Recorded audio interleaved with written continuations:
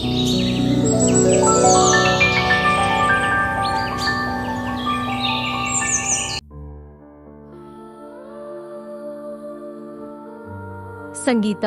एक माँ जिसकी गोद अब खाली थी, लेकिन दिल में एक खालीपन अब भी उम्मीद से भरा था। इतनी ठंड और ये मुस्कुरा रही है, क्यों? बेटा तुम्हारा नाम क्या है? बेटा तुम स्कूल क्यों नहीं जाती हो और तुम्हारा नाम क्या है? जाती नहीं, लेकिन भगवान से कहती हूँ किताबें दे दो, एक दिन पढ़ लूंगी। कुछ ख्वाहिशें होती हैं जो जुबान से नहीं आंखों से बोली जाती हैं, और पायल की आंखों में वो ख्वाहिशें थीं।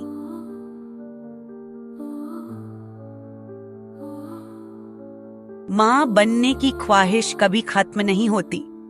बेटा चला गया, लेकिन ममता अब भी थी और पायल ने उसे फिर से जगा दिया।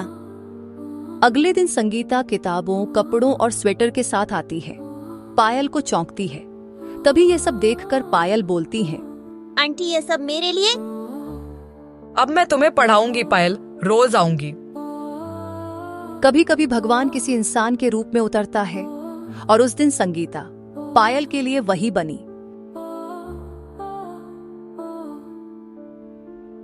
शब्दों से रिश्ते बनते हैं और शिक्षा से सपने। पायल अब सिर्फ फूल नहीं बेचती थी, वो अब अपने भाग्य को लिखने लगी थी। आंटी, आपने मुझ जैसे अनाथ को मांग का प्यार दिया। मैं बहुत खुश हूँ।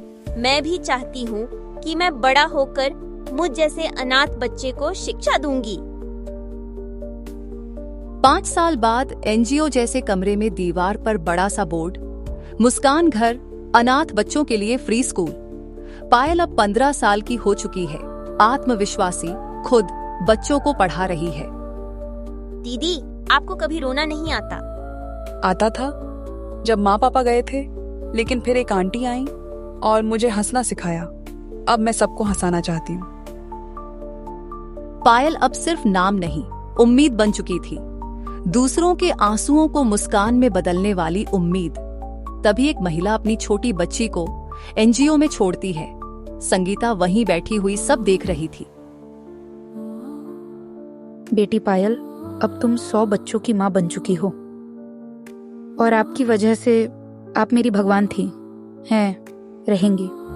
हर मुस्कान के पीछे एक कहानी होती है, और पायल की मुस्कान उन हजारों बच्चों की उम्मीद बन गई जिनके पास कुछ नहीं था सिवाय सपनों के।